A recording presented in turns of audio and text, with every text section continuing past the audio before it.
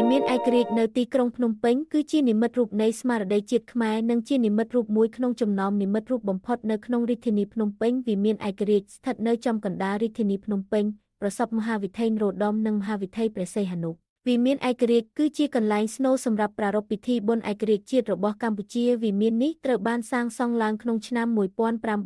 1958ដើម្បីរំលឹកដល់កម្ពុជាទទួលបានឯករាជ្យពីអាណានិគមបារាំងនៅថ្ងៃទី9ខែវិច្ឆិកាឆ្នាំ1553និងបង្ហាញពីអារម្មណ៍ដ៏ជ្រាលជ្រៅរបស់ប្រជាជនកម្ពុជាចំពោះអធិបតេយ្យភាពជាតិនិងសេរីភាព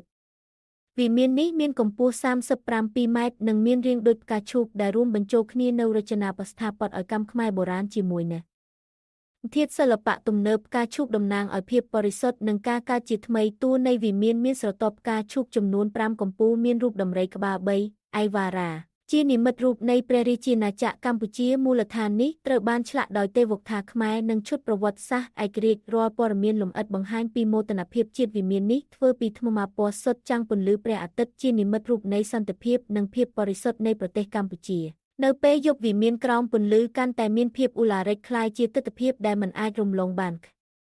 នុងទិដ្ឋភាពពេលយប់នៃទីក្រុងភ្នំពេញរៀងរាល់ថ្ងៃទី9ខែវិច្ឆិកាកម្ពុជាប្រារព្ធពិធីដ៏ធំ